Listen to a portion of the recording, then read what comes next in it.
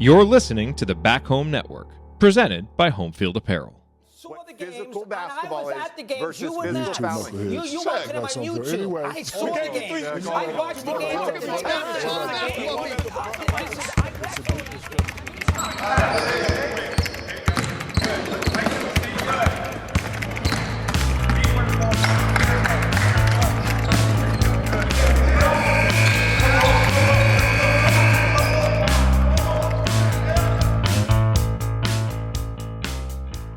Well, we're here. I'm Bob Moats. Welcome to X's and Joe's, a podcast dedicated to decoding the winning formula in college basketball. And I'm Mike Wiemuth. Welcome you to episode 4, Discovering the Sweet Spot, How a National Championship Winning Trend Was Exposed. So, Bob, in about 48 hours, we'll be sharing drinks and smokes together in Bloomington. Been a long time coming. I think the last time we did this, it was about a decade ago. Tom Crean was still coaching, and that's right. We were, and my wife and I were still relative newlyweds, to be honest. I think it was the first time you met her, actually. I believe so. Yeah, that's right. So, oh, that is cool. So we get a chance to go back to the sacred grounds and pal around on Kirkwood for another evening or two and do what we do, and looking forward to seeing not just the Back Home Network crew, but a lot of the fans of Assembly Call and maybe also X's and Joe's doing the work, Crimson Cast, and we get a chance to meet some new friends. Yeah, no, it'll be cool. Yeah, I did. I logged on last night to Assembly Call in the post game, and I guess I learned that our rookie hazing rituals will actually commence this weekend. Is that correct? So, this is why I needed more adult supervision, honestly, and that's why you do the negotiating in our deals, not me necessarily. Mm-hmm. I'm just saying, hey, part of our job might just be helping some people get back to the hotels if that's an issue. Directions, concierge services. Yeah. Was not expecting to hear the words credit card, but and again, they're talking to me here. Like I walk into Nick's and they're asking me to go to the ATM because they want cash. It's like, no. It's like, Moats is here. Moats is here. We've been burned before. Do not take a check. Do not take a personal money order. Whatever you do, do not take an IOU. Yeah. In fact, they're going back through the years of, you still have a bar tab from 1997. Yeah, exactly. Yeah, the president didn't get free drinks back then, unfortunately. So. No, especially when certain people walked out. Yeah, I'm just glad that Nick's, that they don't carry brands like Cristal, so that, we could, we'd be exposed to like a 4 or 5 digit bill on our way out of town. So no. I mean, I can't use that tax write-off till next year. Exactly. That's what sucks. I suppose it is a little bit more dignified, at least, than wearing like a Hello Kitty backpack like, Damian Lillard had to. This is how it starts. Don't give them any ideas. Do not give them any ideas. Yeah. Let's maybe hope that this doesn't post before then. So yeah, Phillips is out there right now. Yeah, he hears this. He's stopping at the airport gift shop to pick us up some Bluey stuff or something, and at least you give that to my kid. Yeah, exactly. Oh, but it's gonna be fun. I'm looking forward to it, and like you said, meeting everyone is gonna be a really good time, I think. And always good to spend time in Bloomington with my old friend. So exactly, looking forward to that as well. Yep. So all of this, in no small part, is because of the wonderful sponsorship of our friends at Home Field Apparel, and big supporters of the Back Home Network. And we're big fans. Obviously, we talk about them every show. And I mean, we checking it out today. We're at the end of winter, so you start thinking about spring wear, but you also start thinking about sometimes it's just nice finding a nice jacket that can work for times during the winter and even the spring. I'm looking at their bomber jackets going, they're sharp, they're definitely good statement pieces. And like everything from Home Field, high quality clothing that can get you, that just looks good. Yeah. But it was just, with Valentine's Day coming up, also noticed they dropped a couple new lines. I saw that too, yeah. So like, if your significant other is a fan of, let's say, the University of Kentucky or Arkansas, you can definitely get those, as well as we heard some rumors about maybe IU. Maybe IU. Yeah, I did see. I saw that on the Twitters at some point this week. something might be amiss there too. So, for your significant other, or if she's struggling to find what to get you, or he's struggling to find what you get you, you can definitely point him out to homefieldapparel.com or homefieldapparel.com. And there's another new line they dropped, Mike. Another one with an IU connection. Did you see that? No, I'm trying to guess. Wait a minute, is it Nevada? Nevada. So they had Nevada. I think I did see that. Yeah. Some sharp Wolfpack stuff coming in. So yeah, no, that is. I do like their colors. They are pretty cool. The colors are pretty cool, yes, and it's and definitely one that you can wear around the state of Indiana and be a great conversation starter, or just about anywhere where you found IU fans. Yeah, the further on the eastern border towards Ohio, you definitely wear that kind of stuff around there. So there's especially right going along I-70. Yeah, right along I-70. Maybe make a stop at the Indiana Hall of Fame, Basketball Hall of Fame. Yep. You might get free admission. I'm not saying no, you will not get free admission, but they at the very least would be you could definitely at least get a conversation started with the volunteer at the front would be more than happy to talk to you about it. So let's go ahead and get started. Great. Segment 1. Let's talk about the sweet spot. Oh, let's see. So for this one, I'd say maybe we'll give a little bit of fair warning for this one. This episode will be a little bit more slide heavy than most of the other ones that we've done. So we'll try to not make it some kind of like John Houseman paper chase lecture. We'll try to make this more of a slow walkthrough of the materials and try to give people a sense of where these concepts actually came from. And as always, we'll post the slides in the show notes afterwards so that our audio-only listeners can review at their leisure. I would definitely encourage that for this episode, as a lot of this stuff is, or at least makes more sense if you see the charts visually for yourself. So I would definitely encourage people to go jump on backhome.network.com and just look under podcast X's and Joe's, and you'll find the show notes for episode 4. So jumping in, let's see where to begin. If we roll back the time machine back to our chat from episode 1, I spoke about the time I spent in the 90s and early 2000s digging into the ranking analytics on how recruiting rankings and winning related to each other. And back then I found that basketball and football were actually pretty well aligned in terms of how the rankings and winnings were relating. Elite programs in basketball like Kentucky, Duke, North Carolina, they chased after top 30 recruits and won their fair share of titles at that time. Pretty much like the football powers at that same time were doing exactly the same thing, right? FSU, USC, Florida, they were chasing 5-star recruits in football and winning also their fair share of championships. So I guess a simple way to put it, contrasting that period and what we're going to be talking about in this episode, is that in those days, recruiting the very elite basketball players, like the top 30 players, did not impose any cost on you for winning national championships. Just like football, again, chasing the best players generally made you best positioned for winning championships in basketball.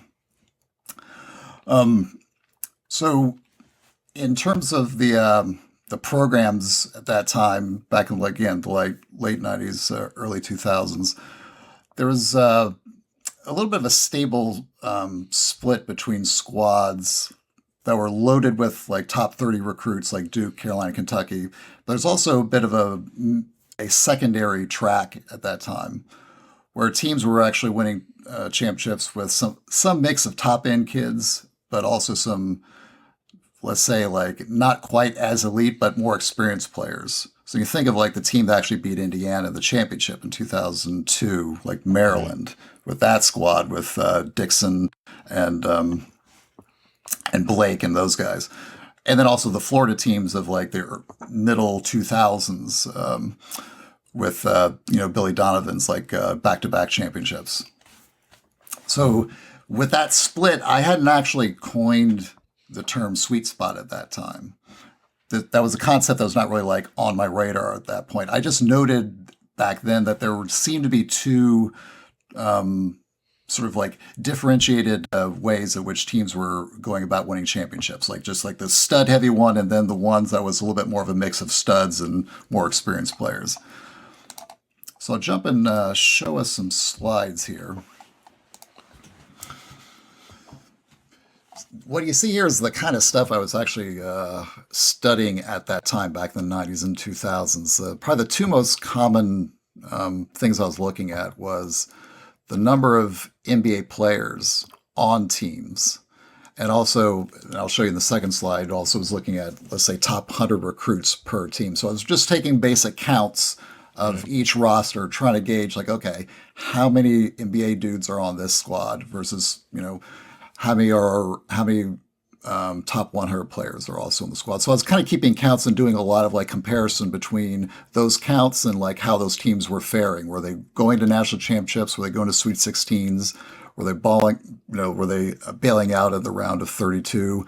Were they winning conference championships? Were they winning, 24, 27, 30 games? So just doing a lot of that sort of comparison study at that time. And of course, you remember, Bob, I was like, especially in the 90s, I was like running up to your office and like, bringing you these reams of sheets to to review. Show and right. Well, and some of this also, when you talk about the NBA players on title teams, there was a mythology that you didn't necessarily have to have NBA style type talent to be highly competitive in college basketball. Mm-hmm. And in reality, you could, theoretically win a national title, much like IU did in '87 with very limited NBA capabilities. Yeah. And as you kind of delved into this more, and we talked about it more, and things began to crystallize. 90s with Kentucky, even the teams, Arkansas, Duke's rise during that time. Mm-hmm. You may not have had a team, and when we talk about NBA players, we're not talking necessarily about guys that are NBA All-Stars, or even the best player on their team. These are guys who just make it to the league, which is kind of the elite of the elite of the elite. Yeah. And maybe they're not sticking there for more than a couple seasons or even a season, but they still made the league. They made the show. Exactly, yeah. And I think it was just interesting, when we were kind of running this stuff, you kind of saw this variation that was kind of running. I mean, there would be some years where, as you can see here, you would have like UConn and UNC, like, 6 NBA dudes. And then the year prior, Syracuse had 2. But of course, like you said, sometimes certain NBA guys might be more valuable than others. And that Syracuse team obviously benefited from that particular stipulation. Carmelo Anthony, and this was, again, when we started talking more about the one and done. Yeah. That was a great example. There were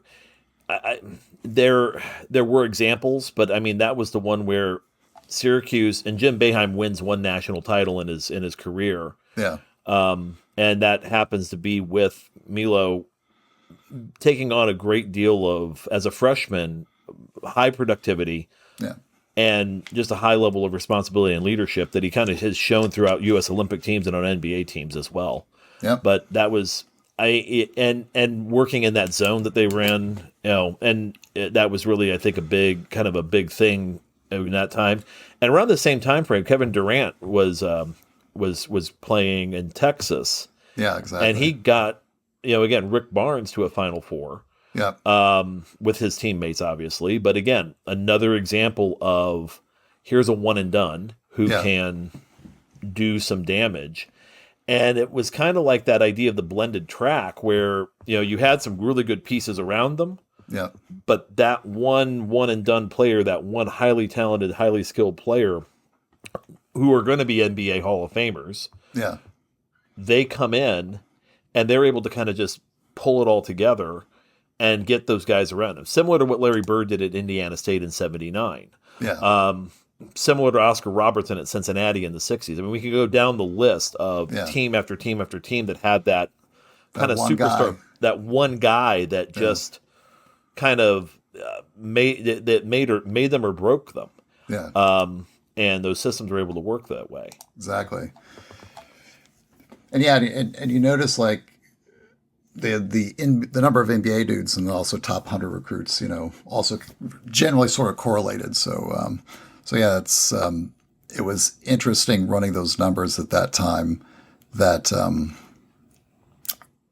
that was like really when I was first sort of like getting into this kind of stuff, and it was like the first time you actually started to see some variations because again, basketball's changing every 5-10 years. There'd just be these big like waves that come through. And so I remember like thinking when I first started this back in, let's say 97, 98, it's like, oh, well, this is the way it's going to be. And then you start seeing these little like waves come in that, shift everything. And all of a sudden I thought, okay, well, did all my data wrong before, or do I just have to be a little bit more adaptive? And so I did have to learn a lesson right around the time when the one and done started coming through that, okay, you just have to be a little bit flexible and allow a little bit of shifting in your analysis. Well, and again, and again, when you look at this, I mean, again, when we talk, oftentimes when we go retrospective, we're doing autopsies where, the body's dead. Yeah. So we kind of figure out what happened. Mm-hmm. And we can somewhat give some projections moving forward as to it can go here, it can go here, it can go here. Yeah.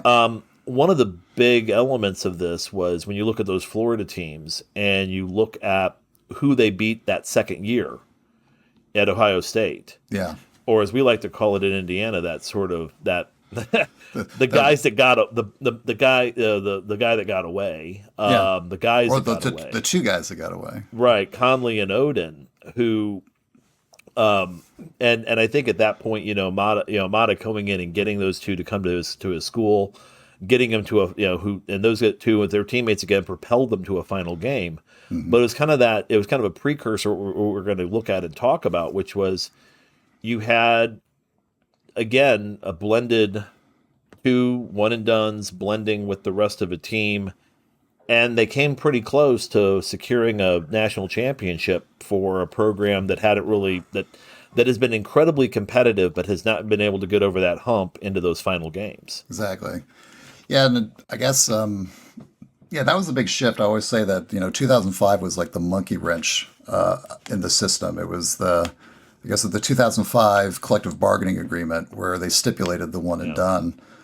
And just so we're defining terms here, the one and done rule at that time passed, saying that players had to be 19 years old and 1 year removed from their high school graduation to be eligible for the NBA draft. So before then, the guys like Kobe Bryant and Dwight Howard, LeBron James, those guys could jump straight to the NBA without going to college. And then 2005, that all changed. Kevin Garnett was another. Yeah. Moses Malone back in the 70s. And I mean, when it was more of a Wild West with the ABA. I mean, when we talk about one and dones, we just lost recently one of the greatest one and dones in Indiana, and really throughout basketball, else in Indiana history, and George McGinnis. Yeah. And it was kind of a thought of, why should we have to stay in college when our families, and in George's case, his family needed money and he needed to provide. Yeah. And that was before the NIL was available. Well before and unless you went to certain other schools where they had a version of NIL. And Indiana got in a little bit of trouble that in the 60s, and they kind of had to shut that down in football, back in those. So that's a whole different conversation, but that'll be episode like 14 or so. 14, yeah, it's like NIL and its weird history. Yeah. But back to that point, I guess where you're kind of looking at this, which is that collective bargaining agreement and the idea that, and it also kind of shifts your top 100, by the way, because now you're adding 10 guys or so every year that had not really been a part of it into the collegiate rankings. Yeah, exactly.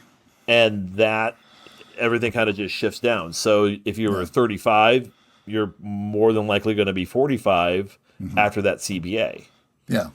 And also the offer rate, how programs offer and sort of like the totem pole of offers changes. Now you're like dumping all these kids in, and now, okay, it used to be like picking up off, if you're like Krzyzewski, maybe you're offering kids down here now that one and done's come, or whoever is at the top of the totem pole of coaches are now going to like move up. And so, okay, do other coaches move up behind them? So it was a big shift, and it was like interesting how how different programs approached that change, compared to the way they used to operate.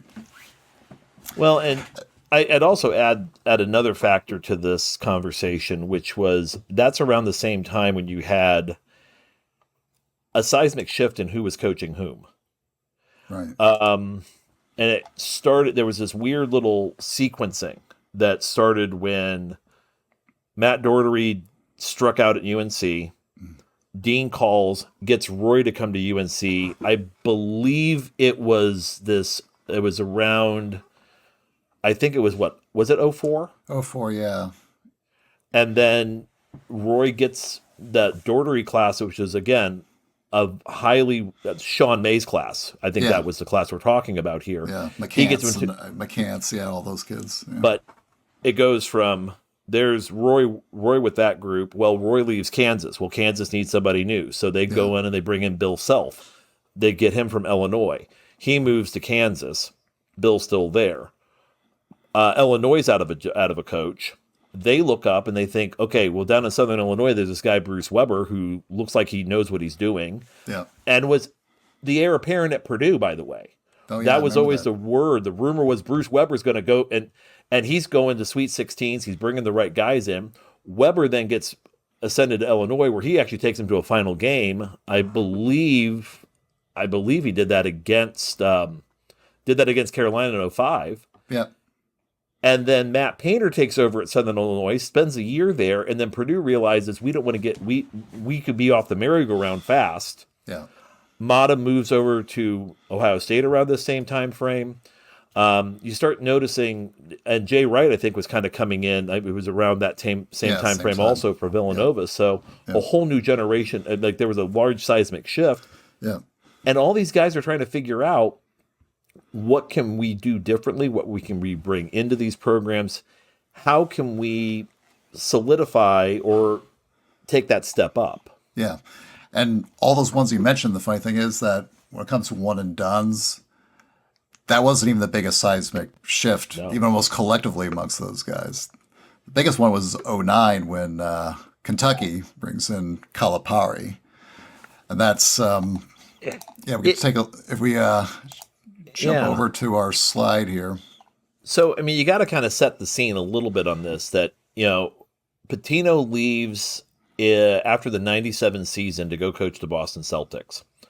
Tubby takes over, wins the national title going in the next year, spends a few years in Kentucky doing decently. I mean, very similar to, I think, Joby Hall, very similar to Eddie Sutton type results. Yeah. But after Pitino and after kind of the shutdown phase, the UK fan base wanted something more. They wanted something different.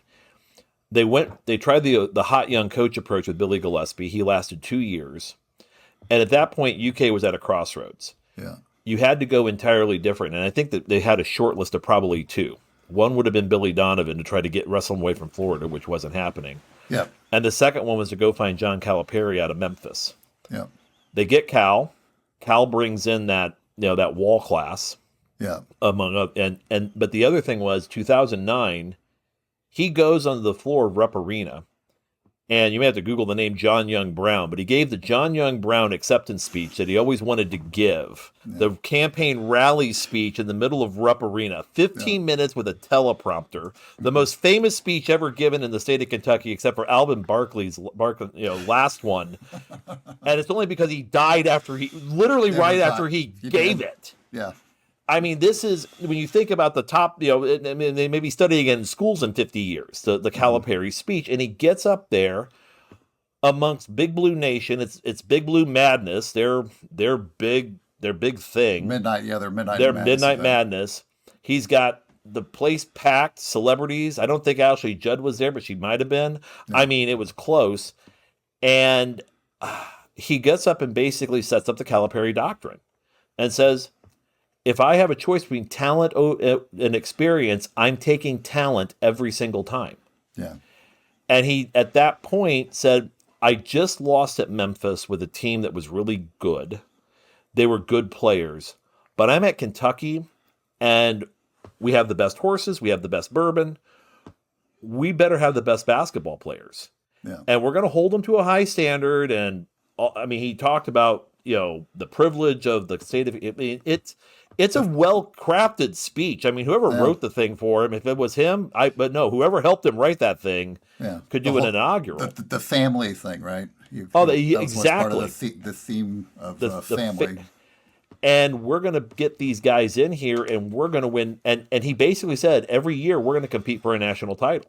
Yeah, that was the vision. That was the doctrine. And he wasted no time in doing it because he had a team kind of waiting in the wings, ready to go. Yeah, exactly. Yeah, and it's interesting. We talk about just how quickly he jumped in with both feet on going after one and dones. I mean, 2010 was his first official recruiting class, against Wall, Cousins, Orton, and Bledsoe. So he had 4 right off the bat.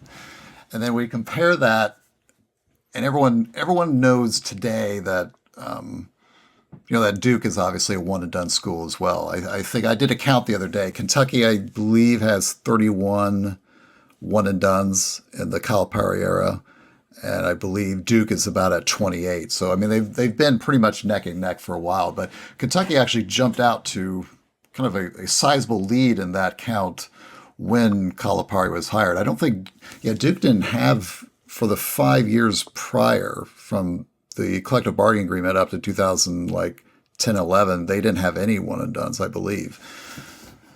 So, you see in this slide, by the time you get through to, 2010, by itself, Calipari had 4, and it took, from 2010 to 2014, Krzyzewski only took 2. So you can see, Krzyzewski was actually kind of slow playing his one and done. Obviously, he had availability of those kind of players, but obviously he was still focused on a much more, let's say, senior laden type of roster that he was used to at Duke and throughout the 90s. Well, and when you bring up Coach K and what he was kind of doing at this time in a parallel track around the same time as the CBA, there was also the conversation around USA basketball. 2004, they lose. They get a bronze medal, which was in the 12 years after the Dream Team was what really kind of pointed to something being really wrong with what we were doing to field an international team. Won't even talk about the 2002 Worlds in Indianapolis. Yeah. And you go in and they make a change by bringing Mike Krzyzewski in to coach them for the 2008 Olympics, using the 2006 World Championships as and the idea was to create basically a central team and then coach them through. But he's learning, first off, how do you coach pros? And Krzyzewski has even said, he shows a practice schedule to these guys on this 06-08 group, and they're like, this is not what we do. Yeah. We need time to do our individual workouts. We need time to do our yoga. You've not built in enough sleep for us. What's our diet look like? And Krzyzewski's going, what are these guys talking about? Yeah. And he dawned on him that he needed to kind of shift in what he was doing. And as he began to coach those guys, I think he gained in confidence in what he could do with guys in short coaching situations. Yeah. Calipari running dribble drive offense, running and knowing that in the defensive end, he could teach them how to play defense in a certain way that could ensure that schematically they're not going to do anything incredibly spectacular. You just got to get guys in the right places and let them create the score. Yeah, that was, and both of them kind of had systems and coaching methodologies. Unlike a Wisconsin where you're trying to teach, if you're Bo Ryan, swing offense and pack line defense. Yeah. Or even Carolina sometimes where, they may be running multiple offenses and defenses and trying to do different things on the floor at any given time. Yeah. They felt like they could just create schematics that could work. Yeah. And the other thing is you look at their 2 one and dones and Kyrie Irving and Austin Rivers, and those were, again, any program in the country would have wanted to get them. Yeah. And I think in Austin Rivers' case, it was like Doc Rivers said, there's only 2 or 3 guys I'd let coach my kid, and Mike Krzyzewski's one of them. Yeah, exactly. Yeah, it was interesting. You think back, I always say that 2012 Kentucky team seemed to, I think it almost set the table for what you saw throughout the last like 10, 12 years, because you remember Kentucky wins the championship that year. That's the Anthony Davis, Michael Kidd Gilchrist, Teague, that loaded team, the team that Christian Watford beat on the Watt shot. That team won the title. That was the same year Coach K lost to Lehigh in the same bracket as Kentucky in the first round. So, and then eventually, like after that, you notice that obviously because the following class was already, basically spoken for. I remember at that time, like seeing like Duke's offers start to spike in sort of that like one and done sector compared to what they had done before. So maybe what you said, something between his international experience may have tipped a little bit towards some favorability towards some one and done kids. Also, maybe they're just like a FOMO kind of thing that had taken place. I mean, you literally just saw like anyone who saw Anthony Davis perform in the tournament that year understood that, okay, this is like having Patrick Ewing on your team. And this kid is just dominant. Like you can barely, Louisville could barely have any offense within like 10 feet of the basket. They're just like, throwing like floaters all day way over his head to not much effect. So yeah, so I think that's a good, it sort of sets the table for what you saw coming thereafter. And obviously after Duke did start loading up, they won the championship in 2015 with Okafor, Jones, and Winslow. So 3 one and dones on that squad. So and it also, the one and dones are part of the story. That doesn't mean that these guys aren't out getting the rest of the 5 stars. Yeah, that there were 5 stars that were sticking around an extra year. Rarely, occasionally 2. Yeah. Like that 2015 team, I believe, had J.J. Redick on it, didn't it? No, that would have been I think it was an earlier team. Who am I if you're talking about 2015, yeah, it would have been, I think that was like maybe Cook, I think, was on that team. Okay. So, yeah. Yeah, but they did have, I think they at least had one shooter on there. They still had some great pieces there, and it was also, but so what you're doing is you're taking 25 players that are 5 stars, and what would you say? In between a third and a half of them are going to want to basically going to 2 programs. Yeah, exactly. Yeah. And so now the question is economics of, do I fight? Do I go up against these guys and fight them? Yeah. Do I look for guys that they don't want out of the 5-star area and go get those guys and spend the resources on it? Or do I look to find another way? Do I need to innovate, and then knowing that I can develop talent or get these guys playing together better? And we looked at the production curve last time, and we'll talk about it a little later, but can we get these guys to a level by the time they're juniors and seniors where they're going to be a contending team? Exactly. And so now that blended track starts, I guess, going into those 2 that we're talking about. Exactly. I think that sets the stage pretty well for what we'll talk about, especially when we get into segment 3. So, so at least for now, when we come back, we'll take a peek at some familiar programs and examine how they fared in this early one and done period. Next on X's and Joe's. Well, welcome back.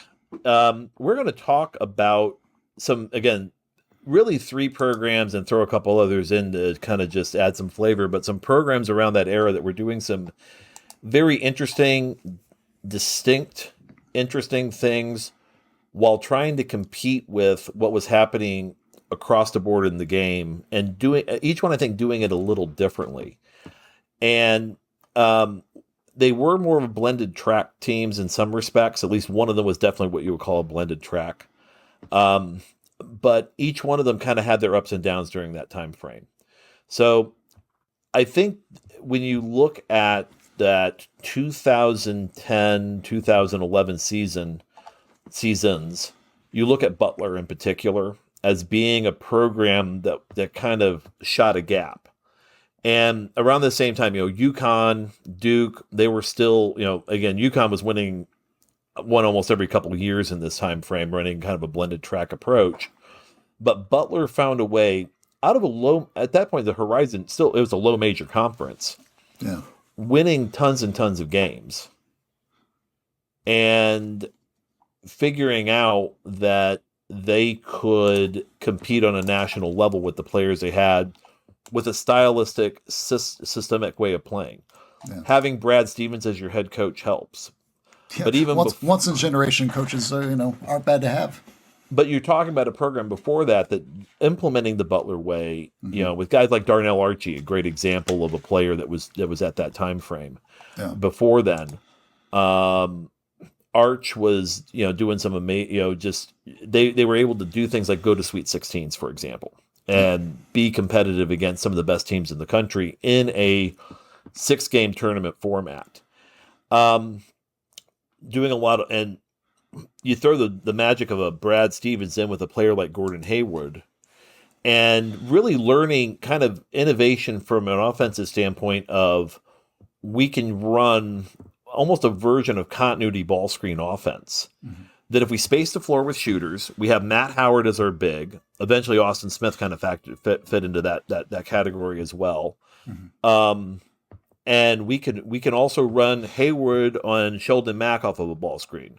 We have Hahn sitting in the corner ready for a kick out 3. We have a system that's really hard for teams to defend against because we can score at such a high. We could score with them at a high level, and they were defensively good enough that they could prevent teams from just getting on those crippling types of runs. Yeah. And again, they came within a half court rim out of a national championship against Duke. Yeah. Ran into a little bit more of a buzz cut against UConn, but that was a close game up until maybe the last 4 to 6 minutes of the game when UConn just got their separation. Yeah. But again, teams like Butler, and then around that same time with Shaka Smart running havoc defense at VCU. Yeah. They make a Final Four around that. In I believe it was 2011. They make the Final Four. Yeah. And they're running a high energy trapping style defense, a lot of length, a lot of athleticism. Like we talked about Kelvin Sampson's program last time. Yeah. It's interesting, those kind of coaches, those that have a particularized type of style that almost, I'll say, defies sort of the conventional wisdom about the kind of recruits you have to have and all that. But I mean, they're definitely a little bit outliers in a certain sense, that you can't just like take, the rankings and what you see there, like win output, and like try to like make, some kind of correlation, because they really are kind of like almost like outside of the typical correlation slope, let's say. And you're talking about 1 game samples here. And so many variables happen in a 1 game. I mean, and we're seeing with more frequency 2 seeds beating 15 seeds. Yeah. Was it, we remember when Arizona lost that back in the 90s, and it was almost like, the tectonic plates had shifted. Yeah. There's no way. And now we've seen a couple 1 seeds go down to 16s. Yeah. Because you have not just systems, but you also have players getting better and better and better across the board. Yeah. No one really stinks anymore. So those teams were able to kind of build those. Greg Marshall at Wichita State, similar thing as well, where he, again, mid-major program at Wichita State, gets them to a Final Four, nationally competitive, so much so that he actually got the 1 seed the next year after he makes the Final Four. I think it was that 2013 he makes the Final Four. 2014 he gets the 1 seed, loses to an 8 seed Kentucky, who then goes all the way to the final game and almost wins it. Yeah. And so the mid-major breakthroughs in this time frame are kind of, I think, also kind of showing some innovations, showing some different ways of doing things, showing the value of getting guys to play together in a certain way. Yeah. Yeah. And think about a lot of those coaches at that time, like how hot they became, like on the open market. Remember, like when IU had the opening, like, people were talking about Marshall taking that. And Shaka, of course, was like, like the number 1 offer, I think, for at least like 2 years straight. One thing I'm trying to remember like when he got the Texas job, how much of an interval between that and his it was a few years, but he had his pick of the litter. Yeah, he did. And Texas was a good situation, and it just again sometimes things just don't work out. And he was one tournament away from an extension. Would you say one tournament game away from an extension during the COVID year? Probably. I will say this much about Shaka Smart. I mean, it must have been 7 or 8 years ago. And my assistant coach, Mike Janikowski, who's coaching a program, building his own women's program, I think in D3 up in Michigan. Mm-hmm. He developed a lot of relationships with coaches, and he basically sent out kind of an all points bulletin to the guys. And Shaka wrote him back to give a message to our team going in as serious underdogs. Shaka is great at building relationships, and you find with the great ones, that's what they do. They build relationships, and they do it through coaching. If there's nobody, on their way up, they remember that there's guys also trying to move up in the profession, like Mike was and is still, and doing a heck of a job, I might add.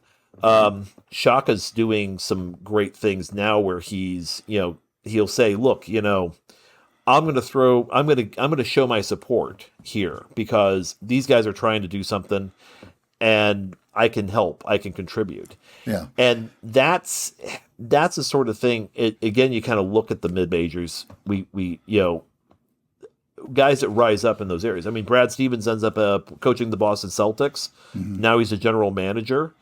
Granted, he likes his Dunkin' Donuts. We have them in Indiana, but I understand completely why he wants. Yeah, that too. And he may just like the traffic more, but I understand why Brad. He's found his place in the NBA. That being said, that was one grouping, and then at the same time, we talked about Matt Painter a minute ago, getting the Purdue job. Yeah.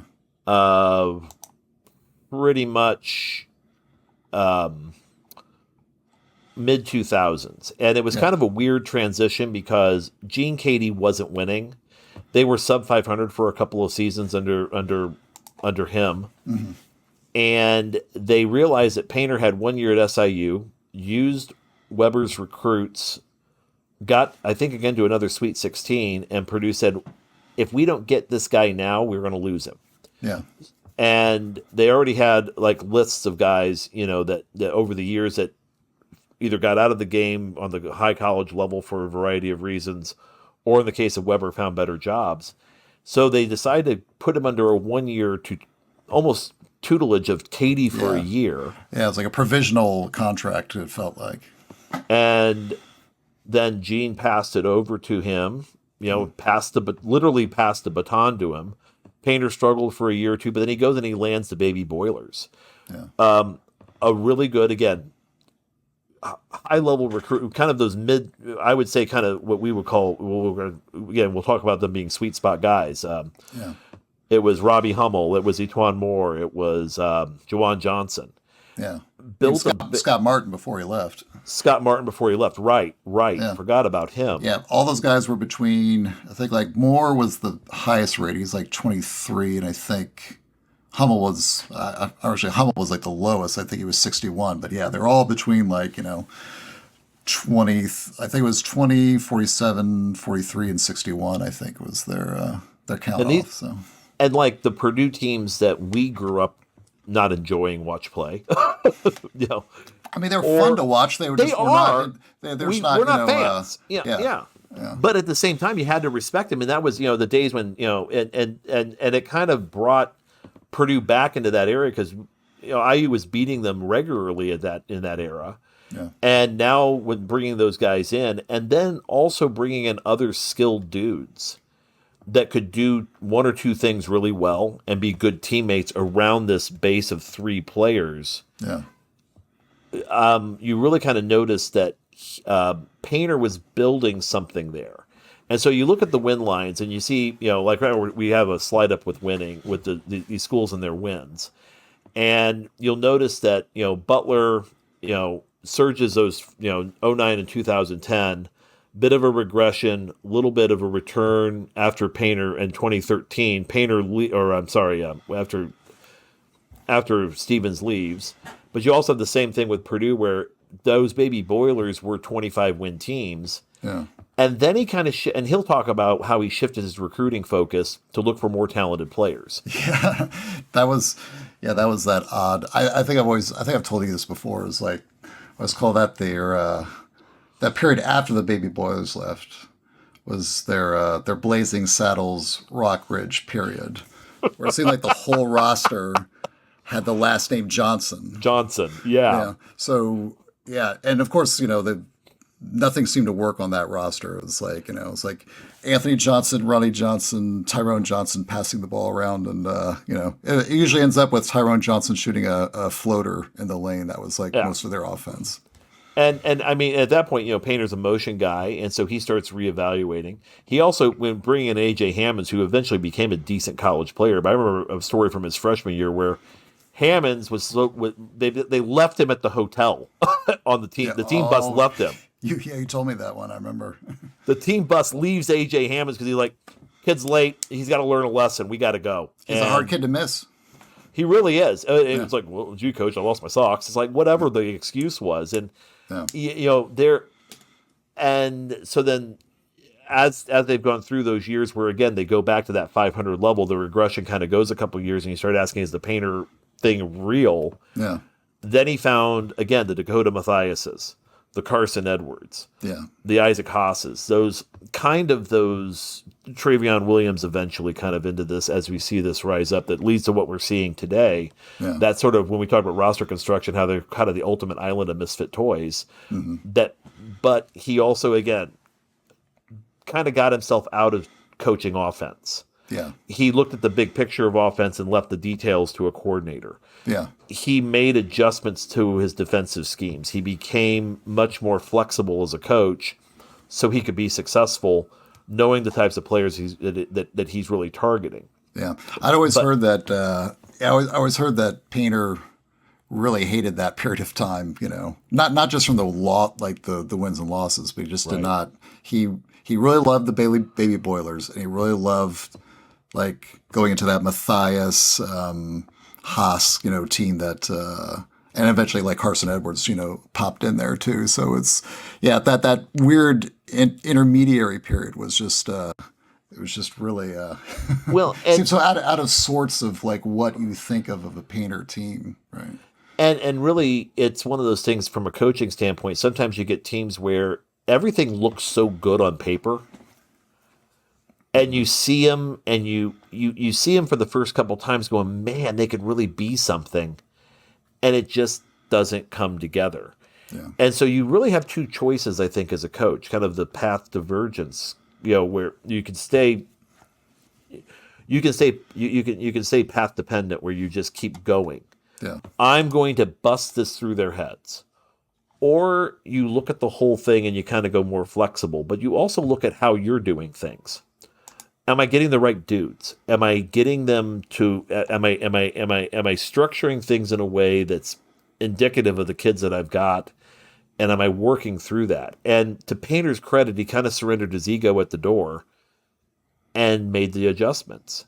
Yeah. And not just, and really for him, it was just going back to I want guys who are going to play my way. Yeah. And we're going to go with that. And I'm going to find guys that have some skill to it. Yeah. Which leads us to the third program we're going to touch on briefly, which is Indiana during this time, which Tom Crean deserves all the credit in the world for inheriting the mess that he received. Kelvin Sampson is a different coach today than he was 15, 20 years ago. Yeah. I think in many respects. And I also think that when that team left Bloomington, when Kelvin left Bloomington, and Dan Dockage came in and kind of kept things at least going for a few weeks, Tom comes in and he basically has to clean house. And, we talked about Calipari in 2009 stepping out there, giving the speech. Crean gave a similar one that was less heralded, but at the same time, he's out there retail politicking. He's out there. He's going to he's going to the barbershop, basically. Yeah. Wherever this guy goes, he's promoting IU basketball. Mm-hmm. And he's doing it on the recruiting trail, too. And so he lands that Watford Hulls Creek class, 2009. and then their wins total go from 5 to 10. Yeah. They deal with a creak injury. They get Vic Oladipo and Will Sheehy, who were not top 4-star type recruits. They were kind of in that developmental recruiting. Yeah, but Oladipo was at least considered a high ceiling. I do remember that. Clearly. And people on the East Coast, were saying it's like, yeah, right now he'd be a really good defensive guy on any D1 team. If he gets a jump shot and a bit of dribbling, he will probably be an NBA player. So, and he got those things, and then landing Cody Zeller, and so then you see kind of in year 4 the ramp up, the shoot up, beats Kentucky with the Watt shot. Yeah. The next year they're the number 1 overall seed, number 1 AP, number 1. You see the regression, and before we get there, but a lot of this was he's getting players that. Unlike Painter, who gets a core and guys that can do 1 or 2 things skilled around them, he's getting the best possible players for what he can get, and players that he can mold and develop. Yeah. And when he brought the movement in with Farrell, Hollowell, and Masperea and Jurkin, those 4 guys, and said, okay, we've got this thing rolling. And other than Farrell, that class didn't really pan out. Yeah. But he's still... for every James Blackman Jr. and Robert Johnson he's bringing a Jeremiah April and a Tim Priller. Yeah. A wide variance of capabilities, let's say. And even though he ramps up and the team wins another Big Ten title in 2016, almost beats UNC that year. Yeah. By 2017, they kind of, the writing's on the wall, and he was dismissed at the end of that year. Yeah. And so he's running a blended track. So you have, again, a system track by every measurement with Butler and even a VCU and a Wichita State, where you have these coaches who are creating. We have true system players who are coming in. Yeah. You have Purdue that's kind of doing a similar thing, but they know they're getting a talented, they can use a talented core. And then you have Indiana going with, okay, we have 2 and dones and guys like Zeller, 1 and 2 and dones with Thomas Bryant. Yeah. But what we're really missing, but really we're also kind of filling in. We're trying to create a world where we can have the 3rd recruit and the 300 recruit, and we're going to get them to play together. Yeah. And so you can look at most every program in the country, Mike, and I think you could pretty much say everybody was kind of in that meld at that time. Yeah. And those trying to figure out how to blend teams together to get them to win like they are today. Yeah. But here were at least multiple programs who could recruit at a high level, and they were doing things a little differently than what we're going to talk about here in segment 3. Yeah. Yeah. Though it is interesting. Yeah. And I think I always remember, just before we go to segment 3, another little bullet point I remember at the time was noticing that class that was sort of like the hub of that IU team was Watford, Creek, Hulls. Watford was 45, Creek was 58, and Hulls was 74. So again, just another hint about okay, well, where are a lot of these guys falling in terms of the ones that are really either turning programs around or actually significantly contributing towards national championship caliber rosters. And you can look at those 3 years of recruiting, those 4 years of recruiting, and know why Indiana was the number 1 team in the country just based on that data. Yep. And it was just getting enough. It was just that sustainability piece that how close Indiana was under Tom Crean is unbelievable. Yeah. So we'll move on, and after the break, we're gonna go to the programs that were a lot more successful. As Mike's going to walk us through that shift in who was winning and how they were doing it.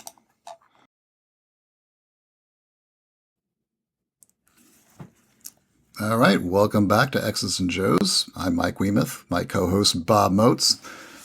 We're in segment 3. We're going to discuss 2016 and beyond. So we're going to walk through a little bit of what happened at that time period and start to discuss specifically how I arrived at the notion of a sweet spot and some of the models that you'll typically see me post about on on Pigs or social media or elsewhere. So,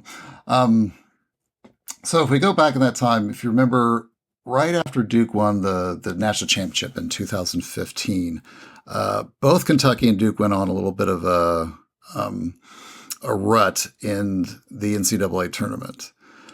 Typically, at that point, Duke and Kentucky were both like, full scale, with both feet in on one and done rosters, or one and done heavy rosters, let me say.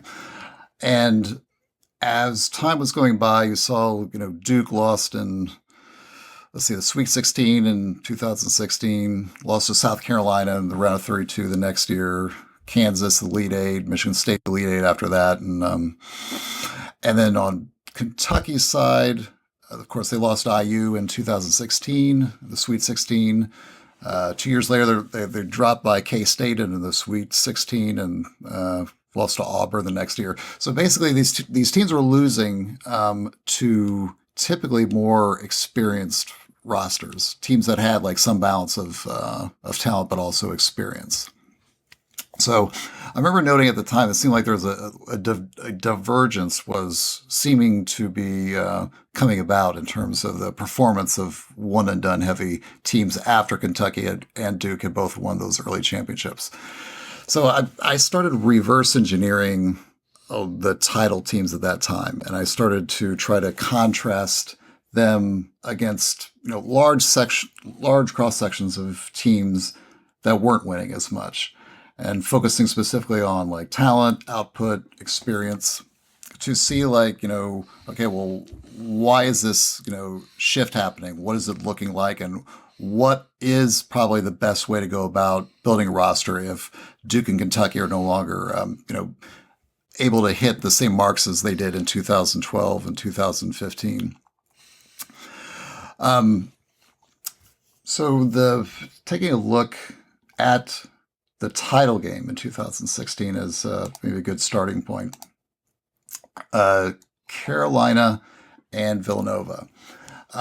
Just a quick disclaimer, I live very close to Villanova, and I'm a little bit of a Jay Wright devotee, so if you hear me speaking glowingly about Villanova, you'll know that there is some local bias involved in that. So, but I also think he's actually pretty good. So, so you can see in the two roster samples here, Villanova and Carolina both had extensive numbers of top 100 players. You see Jalen Brunson, Daniel Shefu, Ryan Archidiakono, Chris Jenkins, Phil Booth on the Nova side, Justin Jackson, Isaiah Hicks, Marcus Page, Kennedy Meeks, and on down. I think, Villanova had 7, and I believe Carolina had 10 top 100 players within this year's roster. What's most notable about these two is that you don't see a lot of freshmen. Jalen Brunson was a little bit unusual for Villanova in that he got a starting role on that team, which was usually not the typical thing you saw with a Jay Wright, especially a point guard. Was not something you typically see Jay Wright just handing point guard responsibilities to a freshman. Would you say that Jalen Brunson in and of itself is always a little unusual across the board, just because how incredibly skilled and talented he was?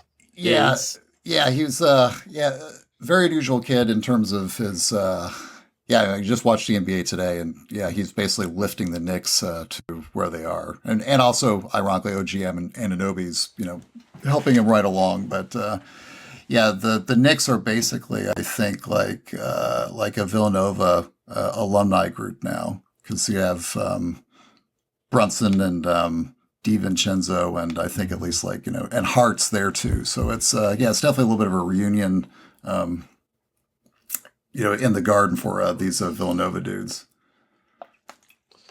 So it didn't work out as well for Pitino in the Fleet Center 20 years earlier, I might add.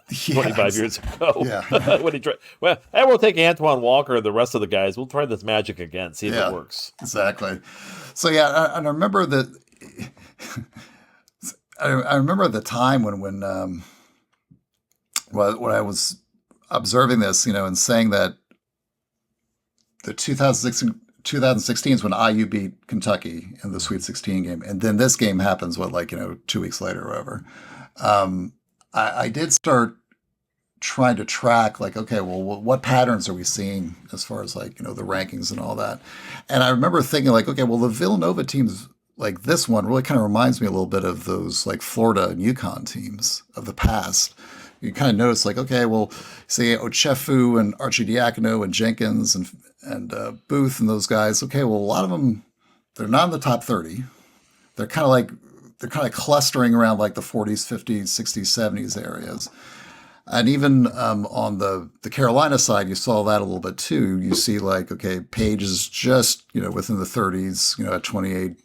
Johnson, Meeks, James, a lot of those guys. So again, it was, I was just starting to notice that, okay, well, like, looking back, I'm starting to, like, piece these teams and sort of, like, string them a little bit together and saying, okay, well, that old secondary track, which I had noticed, which was not like, Duke, Kentucky, and Carolina in the past. Maybe this Villanova team is a little bit like those old teams. And maybe this is just like the reemergence, or sort of like the the old secondary track basically trying to take over and become sort of like its own, like, primary track. Mm-hmm. And so I was looking at this sample and I was really starting to, like, dig in the numbers even more heavily. And I remember the Carolina team was a little bit unusual in a sense that they were not a one and done program at that time. You remember, right. I believe Roy Williams has only had 7. Or UNC is not in total. Only had 7 one and dones in their time, compared to, like, again, Duke had 31 or Kentucky had 31 and Duke had 28. And so, so I think, like, last week when I was collecting all this information for this pod, our friend Bo Haynes, he texted me. He said, yeah, I watched the last pod, and it was interesting. You're talking about, the sweet spot and all that. But what about those Carolina teams? Like, maybe, like, take a look at them again, because they seem to be a little bit not like, the one and done Kentucky model, but they're definitely not quite like the sweet spot model either. And so, and I vaguely remember, like, a lot of those Carolina teams were kind of unusual in that they had kids that were in the top 30 during the one and done era that stayed, guys that would, right. Did stay until their juniors and seniors who were, like, ranked 15th. And you see in this, like, sample too, I mean, like, they have 5 guys in the top 30 that are not freshmen and were significantly contributing to a national championship team. And Bo had said, I think we're going to call that the utopian spot. And yeah, go ahead. And to throw in on that, it's utopian because if you're looking at this, you're seeing this, that it's just how stacked that UNC team was. Mm-hmm. And to add on to it, they're probably the last. They're the last team we've seen since then that's been as big across the board. That you look at the sizes and the lengths of these players. They had excellent guard play, but you just had more size, 6'7", 6'8", 6'9" at the wings, versus what you're seeing in right now, where you see a lot of teams that are winning with 6'3", 6'4", 6'5", 6'6". Yeah. And they weren't a great shooting team from the perimeter either, if I recall correctly. What, Carolina? Yeah. Yeah, they were on every night except when they played Indiana. There was that one night where they actually hit threes, and I remember that night well. So we all do. We all do. And so that was, but they were just built differently, and it may be that utopian moment where it's kind of paradise lost at the end, isn't it? Yeah, exactly. Yeah, it's just it did seem like, that was sort of like the whole ebbing of the old model, like when guys did stay for 4 years who were, like, top end guys, sort of like the Hansborough sort of type of players that Carolina always seemed to bring in, which was, again, differentiated from what Kentucky and Duke were doing at the time.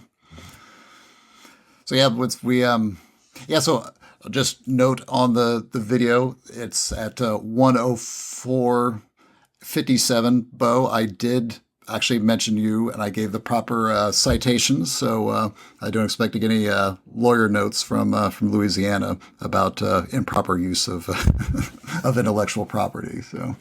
And because we're covering a bar tab, we can't send you any money. Exactly. Yes.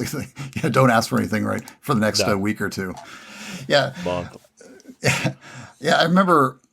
So I remember writing at that time. I think I posted something like on the pages that it seemed like Jay Wright, Billy Donovan, Jim Calhoun had fashioned what I called an attainable secondary model that didn't require you to jump in against the Krzyzewskis and Caliparis of the world to try to grab recruits to build a championship roster. So I think I actually said at the time, it's like you need to get near elite players to compete for titles as a minimum. You don't necessarily need the elite. And as that split was going, I remember like after Nova won that second title in 2008, while the rest of the one and done programs again were continuing to fail in the NCAA tournament and underperform, that was, I guess, would have been like April 2018. I first posted the idea of the sweet spot. It was the idea that there is this sort of like secondary alternative that basically falls in between both the one and done model of programs and basically just everyone else, just like 95% of other college programs that can't get good enough recruits and just have to settle for what they got. So yeah, I remember I had to show in numbers like what I was actually doing and like what how this actually presented itself.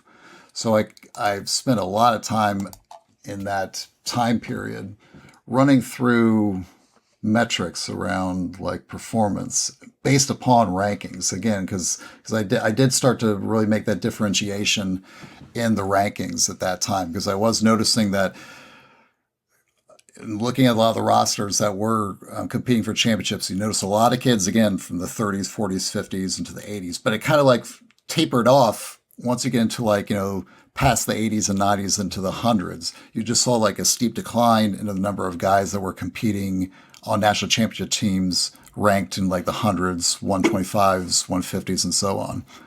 On the other end, I saw that the rate of kids leaving early really seemed to taper off around the 30s. And so I figured like, okay, maybe just like identifying and sort of solidifying a zone that differentiates, this sort of like middle area between the one and dones and the everyone else. So that's when I first, kind of placed sort of these guideposts at 30 through 80 as, just a starting point. Again, it doesn't mean that like, when a kid's rated 29 that, it's impossible for them to be a sweet spot kid, or if they're rated 80, 81 or above. Again, when I talk about the rankings in terms of using these ranges, it's really about concentrations versus like guarantees.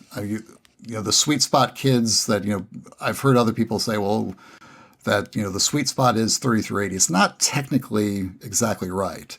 It's 30 through 80 is where you find the most sweet spot players. But it's not exclusive to them.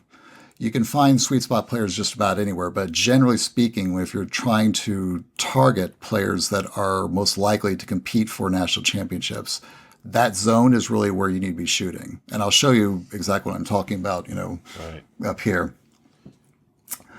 So yeah, I first jumped into the 2016 recruiting class and started to do some data polls on performance.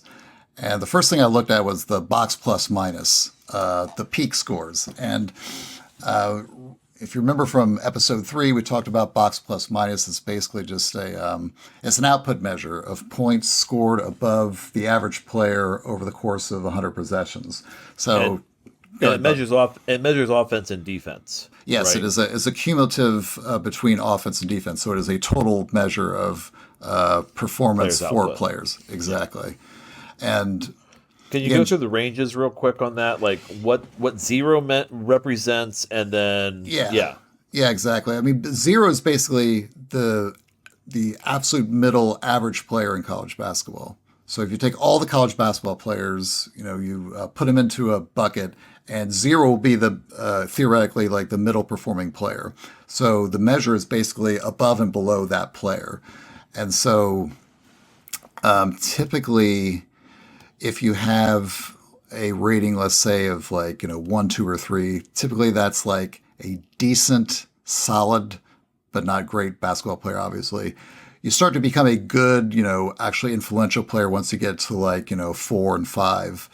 And by the time you get up to 7, 8, 9, now you're getting into real nationally competitive players. And you get towards 10 and above, you're talking about all-American, type candidates. So that's kind of giving a sense of the scale of what we're referring to. So as we're going through this, and for those listening, the 1 through 30s are at 7.15, 6.71, 31 through 80, so they're almost equal. And then that almost a 4 on that 81 to 200. Those 81 to 200s are still good players. Yeah, exactly. What we're talking about, though, are players who are what you would look for in a national championship roster. Mm-hmm. So for if I'm sitting at Minnesota and I get a bunch of 100 guys and they're at BPMs of ranging from 2 to 7, I might be feeling like that's maybe one of our better seasons we've had in the last 20 years, right? Oh yeah, absolutely. Yeah, if you any player over 0 is technically above average. In terms of all of college basketball, it means even down into the lower conferences. But yeah, what we're discussing here is just national, the scope of national championship level competition. I think the reason I'm asking this is because I think sometimes when you and I both interact with fans, it's this sort of thing of all or nothing. It's a follow the shoe, follow the gourd again. Yeah. Where if you're not getting these guys, you're going to be sub 500, and the program's going to fall apart in front of you. Yeah. When in reality, sometimes those are the guys in those kind of regression years a couple times that pull you into the tournament. Yeah, exactly. Yeah, and even with, again, these are averages. When we're talking about in this scale here, is the 1 through 30s again. Yeah, they're up at 7.15. That's those are obviously very elite scores. The 30 through 80s are at 6.71, just barely behind them. And the 81 through 200s, they're down at 3.93. So there's obviously a very steep differentiation between the 80s to 200s versus the 30s through 80s. Yeah, there are great players in this range. In this 2016 sample I drew, in the sub 80s, Carson Edwards is part of that far right bar. Grant Williams from Tennessee is also in there. So if you dip down to any recruiting class list, you will find every year there's going to be 2 or 3 kids that are just absolutely awesome players that will be playing in the NBA and having a big contribution and possibly being all-American candidates in college basketball. The problem is it's just, again, it's a concentration issue. There's just more concentration of better players numerically in these upper echelons than what you find down there. So like you said, Bob, it's typically fans will say, well, what about this one player? Mm-hmm. This one player wasn't ranked up there. How could you, say that, you shouldn't be recruiting in there? We never say that you shouldn't recruit below that scale. Frankly, even if you're doing your best job recruiting, you're probably going to have to take at least 3 or 4 sub 100 players, even if you're at your best, because you just can't have a roster full of top 100 players anymore. That's just almost impossible. But from a probability standpoint, what we're talking about, again, is just the performance measure of getting enough players that you actually start to look like a national championship roster. And obviously there's big advantages to taking these upper end kids versus the kids at the lower end. Mm-hmm. So yeah, then in this measure also, I use peak average, which means that that's the top BPM score for players who achieved that in their best year of their career. So again, this is not like the average over the total of their career, just like the number one best score they had. If they had a great senior year, okay, I took their senior year score. They had a good junior, the best was their junior year, I took their best junior year score. This is a little bit easier to do because if you do averages, it actually makes the scale even tip a little bit more against like the sub 100, sub 80 kids, because a lot of them were actually like negative BPM. So I try to create a scale that at least gives some sense of, okay, this is where these kids are ending up. Not as, because again, a lot of kids won't even be playing much when they're starting out. So I want to give a sense of like the development of where these guys were kind of topping out at.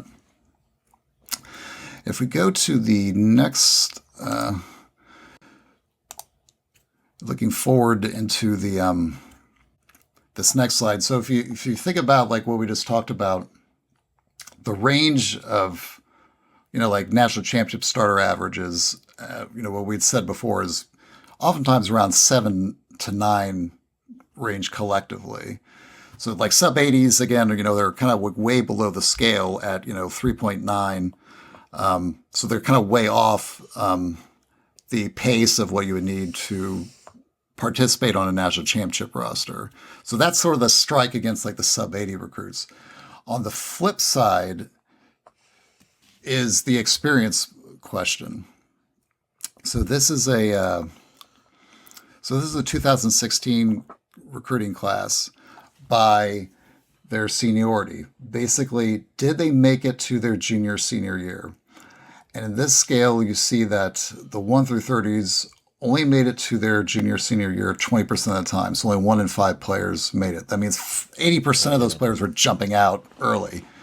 And with the one and done, obviously, is one and done rule having a big role in that. The 30 through 80 kids were staying until their last 2 years, 78% of the time, and then the 80s to up to the 200s were at 82%. So we pretty much have an 80-20 rule here in practice. Yeah, a little bit of Pareto distribution, exactly. And also if you look at the scale, if you look at the numbers through time, you'll typically see like this like reappearing on different studies that I've done. So yeah, this is held constant pretty well. The 1 through 30 number changes kind of rapidly sometimes. I mean, it's kind of like waved a lot depending upon like what NBA GMs are doing at the time. And what's in the class? I mean, you may not have, or what's on the international scene. I mean, you're talking there are 64 draft spots or 32 NBA teams, 64 spots. Not everybody, and you're talking 30 players. All of these guys who are going one and done, I think, are expecting to be drafted. Yeah, exactly. Yeah, that's it's crazy. What the number I was looking at the other day is that just the number of players that used to be drafted back in like 2009 versus today is like quadrupled.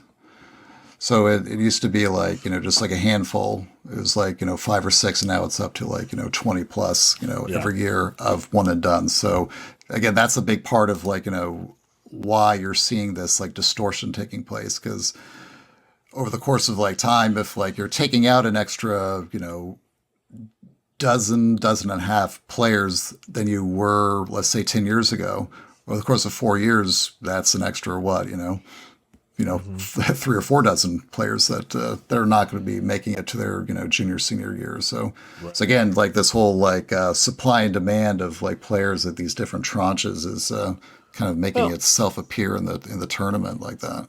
And you also, again, even with the one and done, you have kids like Blake Wesley and who was a one and done. Also Trey Young, who's probably the best example of someone who was further down the rankings. Yeah. So you get that variance too, but those are more exceptional than they are by rule.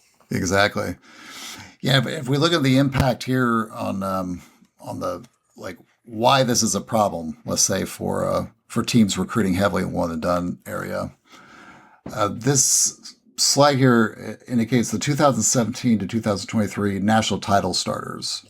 and the percentages that they had on their squad in terms of their junior and senior year participation. And in this, you see that basically all the teams are at least above 60%. Again, looking back in the one and done slide, you saw that it was just 20%. So at a minimum, the teams that are winning a national championship are 3 to 4 times more likely to have players that are staying until their junior, senior year. So that's a huge distortion between title winning teams and sort of like the one and done pool. And I just want to throw in real quick that Sure. when you start talking about NCAA teams that are winning national championships, you look at minutes distribution by the time you get to the final game, and I can't really think of a time where the bench was really being utilized at a really high level. You may get one player here or there, but you're running your 5 starters 30 minutes plus more times than not. Yeah, exactly. Yeah, and it's also just like, the advantages to seniority. I mean, aside from just like the physicality part of it, obviously, just like the mental facet of it is that they're just more poised. Oftentimes, they're more experienced, and why you saw so many times in those late tournament teams with Duke, with Kentucky, failing against teams that again had just as much maybe physicality, weren't as maybe as skilled, but we're able to sort of like D them up with more experienced and at least within the same neighborhood of athleticism as some of those teams. Better Connected, more exactly. Things at the table. The nuances of reads are easier when you play with guys for a couple 3 years. Goes back to the international question where it's like you throw a bunch of NBA guys out there versus a bunch of international guys. That international team may have played together a lot longer. Exactly. And so that's one of those issues that you run into that we've seen over the last, really since the 70s. Yeah, exactly. Yeah, and so if you think in terms of the numbers, like the 70% of the title-winning starters are staying until their junior and senior year. And that's a near perfect match to the 78% of the 30 through 80 range kids that were staying until their junior, senior year. So you see this like mismatch developing. The top 30 kids are out of step with winning titles due to a huge experience gap. And then the sub 80 kids are likewise out of step due to a talent performance gap. But the 30 through 80 kids are a near match statistically for what you see on national championship rosters. And then when you actually go through the actual list of players, just go on like sportsreference.com, check out the national championship winning teams and just look at, the roster, and you can see like their RSCI number, their ranking, and you see how many times you'll notice that, okay, there's a kid that's rated 40, there's a kid that's rated 60. You'll just see this like pattern develop, especially after you get, into the last 10 years or so. The teams that are winning championships are just loaded up with these middle range kids. Yeah. Individual level, what we're showing you here is just like, what it looks like just as an individual player. It's basically the same thing you see with a team. We used a similar slide back in our last episode, but this is Jared Butler. He's, I guess you would say, kind of a representative example of a sweet spot kid. He's kind of rated around the 80s, 90s area. He was on the Baylor's championship team in 2021. In the sample, you see the first year starting point against the one and done average. He is below theirs. He's at about like a 3.9. The one and done BPM average is typically around just above 6. So I think it's like 6.15. And then the sub 100s, typically you'll see them down at like, 0, 1, or 2. And so you see the sweet spot kids are above the 100 kids as a freshman, but they're still below the one and done kids in terms of their output performance as freshmen. But the advantage obviously is that as time goes by, the one and done kids leave. Their development stops in college because they're only there for a year. Their development continues in the NBA. The sweet spot kids, their development still happens at their school. And because of just the typical slope of basketball development for players from freshman to sophomore, especially, but as sophomore to junior and so on. The talent advantage of the one and done top 30 type kids is basically overmatched by the experience advantage of players ranked just that one step below them. A kid ranked in the 30 through 80s on average will generally be a greater benefit to NCAA title winning than a top 30 kid, top 30 one and done type kid, due to that maturity advantage. Again, the one and done players, the top 30, they will typically over the course of their career be better basketball players. But again, they're being better basketball players in the NBA, and they're not staying around long enough to actually become the kind of players you see typically on national championship teams. The sub 100s, again, just for the most part, with few exceptions, just can't quite get up to the performance level of those sweet spot kids because, just of the talent disparity, despite staying just as long, if not longer, than some of the sweet spot kids. As we're looking at, and again, as we're kind of going through this whole process, it kind of reminds me as well that when you start talking about those 8, those juniors and how many of them also after a national, like Adama Sanango comes to mind last year for UConn, jumping to the draft. Yeah. And right now also, one thing that we're going to be looking at also, I know Mike's definitely in this, I think about it a lot, how this COVID year is impacting the junior year.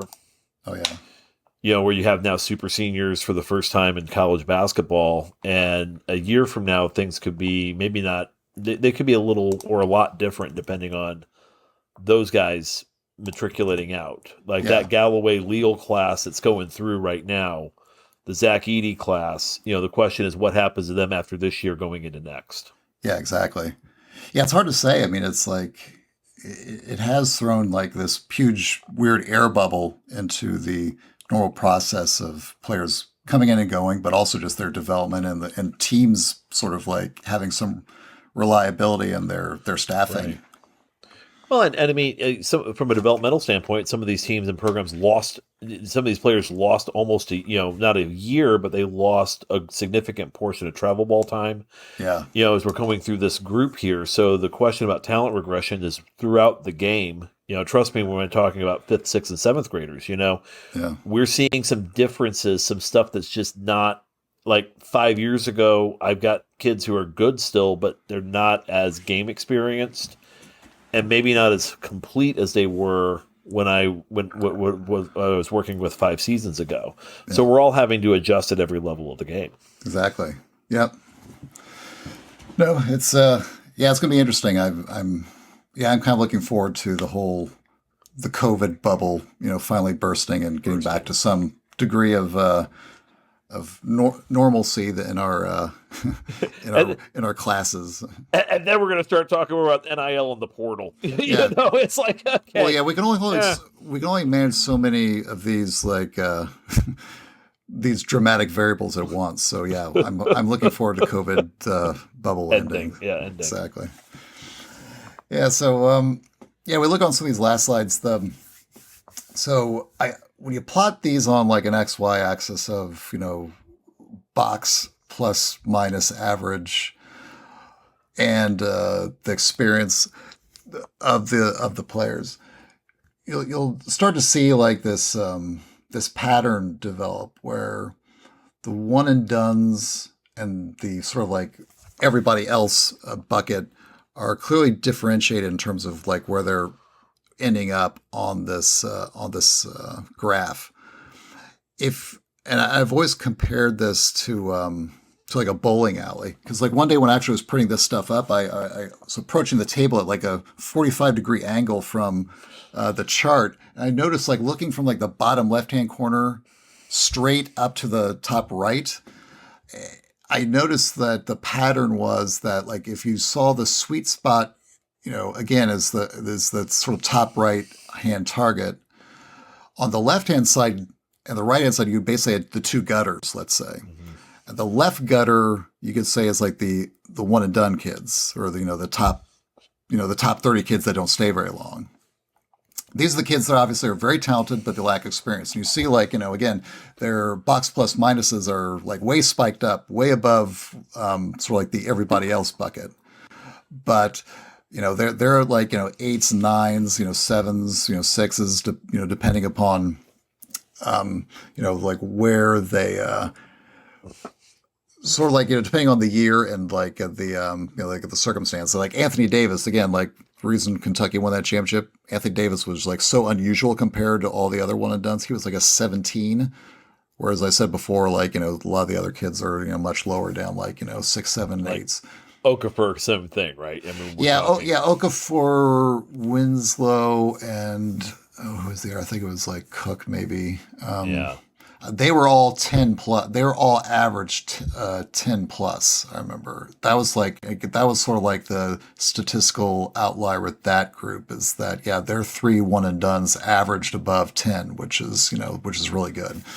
So yeah. And unfortunately, I think for Kentucky and Duke, like, that once you get like a class like that, you almost feel like you're like, you're Captain Ahab, chasing the whale, for the rest of your career, trying to like recreate that, same class. And unfortunately, those kids are not as often, showing up, but on the recruiting classes every year. And just put it this way, like, again, how many guys playing in the NBA? How many guys make it to the Hall of Fame? Yeah. I mean, we tend to kind of look at this from a standpoint, again, all or nothing at all, but there's varying degrees across the board, and the one and dones fit that as well. Yeah, exactly.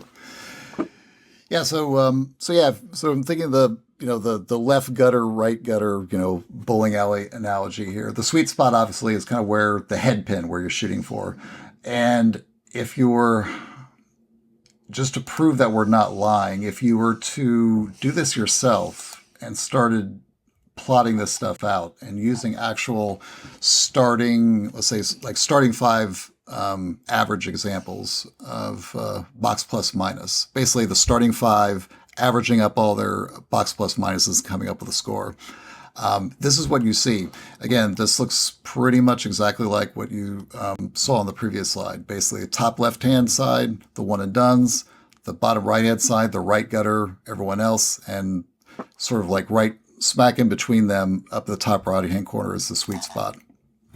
And you see with the sweet spot, the kind of teams you see up there, these are some of the most recent national champions: Baylor, Nova, Carolina, Kansas, Virginia, UConn. The one and done column you see over, again, separated from where they are in terms of experience, Duke, UK, and some of their most recent teams. And everybody else, I threw in like a sample of like a lot of the Big Ten teams from last year. You see like Michigan, Northwestern, IU, who are, again, as experienced as the sweet spot guys, but they're below them on the performance scale relative to the champions. It's funny when you look at this, because I'm looking at these Big Ten teams going, and you look at teams that are talking that 81 to 200, and you look at where those teams are in this, and they're pretty much right there where they should be. If that I mean, when you talk about the Wisconsins, the Northwesterns, the Iowas, those teams are not at. I mean, they're because of it kind of just again fits the formula perfectly that your team where that average BPM might be sitting around 4, and you got a bunch of 150 guys on your team. Yep, exactly. Yeah, and it's it is interesting. I remember when I first started running this data, I was just thinking like, okay, well, I jumped online and sort of like shared it with everyone. And but I remember specifically, like I had sort of like, I guess I had like 2 thoughts specifically like with Kentucky, like, my analytical side was like, this is really bad for Kentucky, and they should stop what they're doing right away. Then my IU fan side was like, this is fantastic. I hope this never comes to an end. Keep doing it. Yeah. When your opponent is drowning, throw them an anchor. Yeah, it was the Carville's line. Yeah, exactly. The James Carville line. Yeah. Throw them an anchor. Throw them anchor.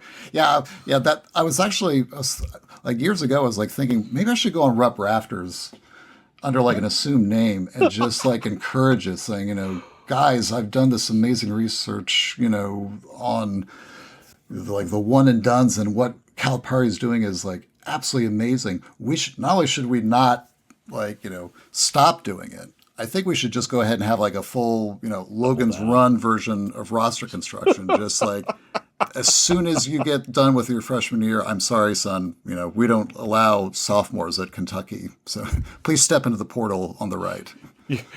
If you can buy a case of beer, you're no longer allowed at the University of Kentucky. Go hit the portal. Exactly. Yeah. So, and I'm sort of looking forward to.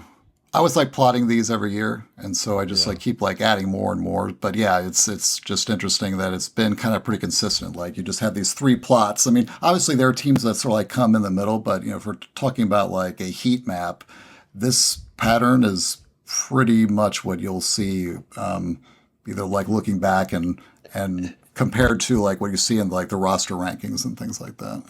And again, the asterisk on all this is something weird can always happen. Yeah. When we talked about UK, being differently built this year, and if they can find a way to win 6 games, or what if Florida Atlantic hits an extra shot, sort of thing. Something out there can happen, just kind of like the long shot horse wins the Kentucky Derby. Yeah, exactly. Yeah, and it's that's what I say about like this kind of work is that there's no consistency to it over time. I mean, like I always say that all these things that I find that I study, it's like, okay, you've got like 10 years of whatever this is. It'll be like this for a period of time, but then, the next wave is coming and it's going to like, turn your analysis around. So now you're pointed this way and you have to start like analyzing, these variables instead of the ones you used to.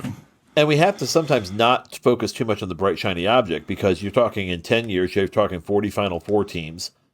Some weird stuff's going to happen. Yeah. And it has. And the point is you just can't look at the bright, shiny object, see it as a trend. Now you can look at it and say, how did that happen? Yeah. And you can look at a Shaka Smart like we talked about earlier.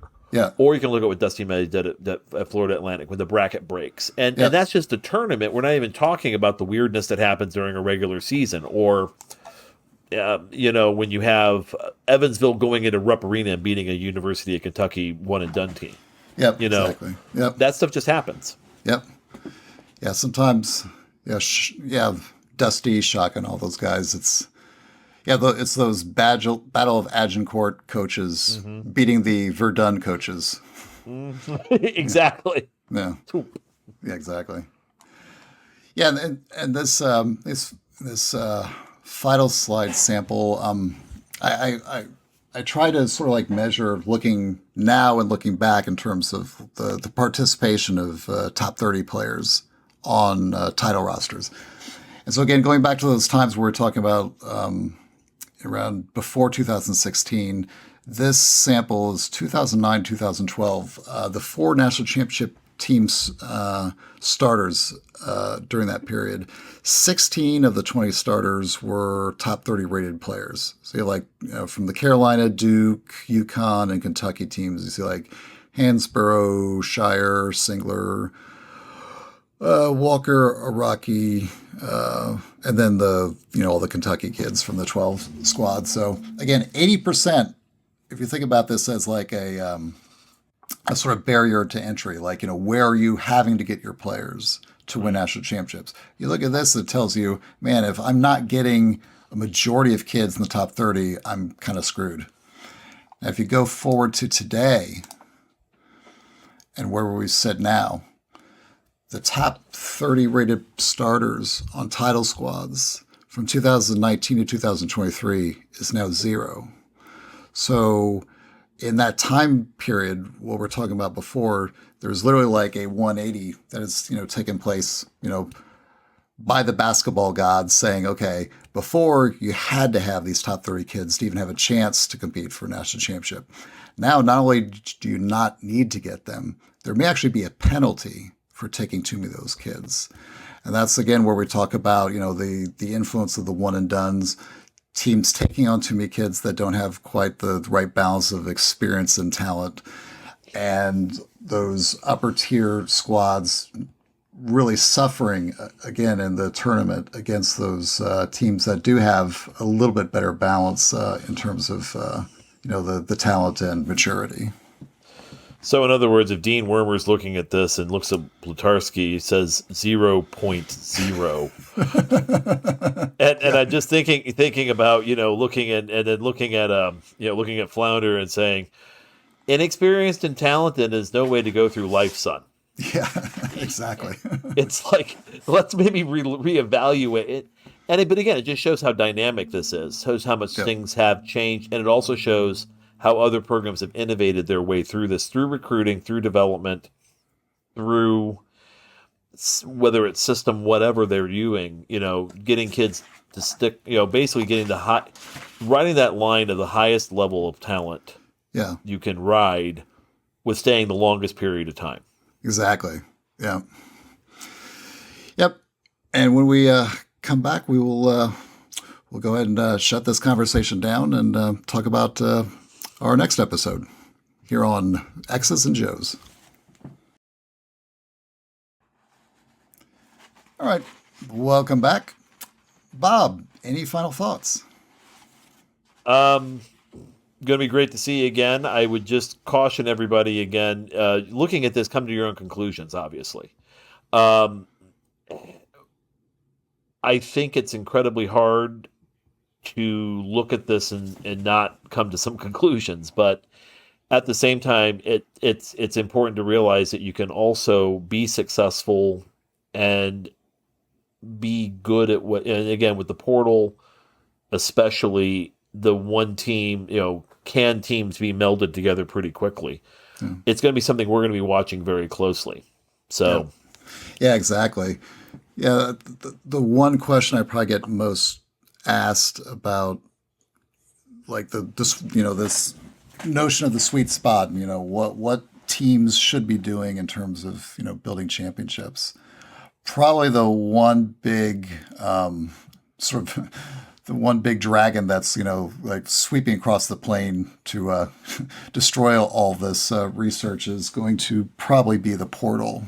And in terms of, I won't say like destroy the research, but I would say maybe it's going to become a second large tributary into the pool of what we consider the sweet spot. Again, the sweet spot is not like a fixed entity. It's like, it's ever evolving, and it's going to be, I would say that I could see the portal players in 5 years. I'll make this prediction now. In 5 years, we'll be having a sweet spot conversation, and the overwhelming majority of players that will be in this national championship conversation might be portals. And I think it also goes to, you think about the 30 through 80s and the dilemma that they're going to be going through of, do I wait my turn maybe in a high major contending program, or do I try a different, maybe I go to a mid major? And that's my kind of thought here and maybe try to just test my chops so I can at least keep playing, and then I can transfer into a program that's more my fit, if that makes sense. Now, NIL factors into this as well, because if you're getting paid a nice NIL package to kind of sit the bench and learn the game, you might be more apt to want to stay at one of those high major programs. Yeah. But the other question is, then how it's gonna require coaches who know how to manage players well. Yeah, guys like Mike Woodson, guys like Matt Painter, both know how to do that in different ways. I think the days of coaches just looking at a kid and saying, "You're mine," sit, you're gonna, I think that the massaging is going to be different. And I also think that for families, for agents now more and more, personal trainers, AAU coaches, the networks in and around kids, the expectations are going to have to be a thing of, we need to probably manage that a little differently. Yeah. And maybe it does come down to, if you think, again, let's look at Blake Wesley as a great example of this. He picks Notre Dame. Notre Dame picks him. He goes one and done. Yeah. It was a good fit for him. So on that note, we'll look forward to seeing hopefully a few of you this weekend Yeah, absolutely. Don't order too much on the bar tab that we're apparently being asked to set up.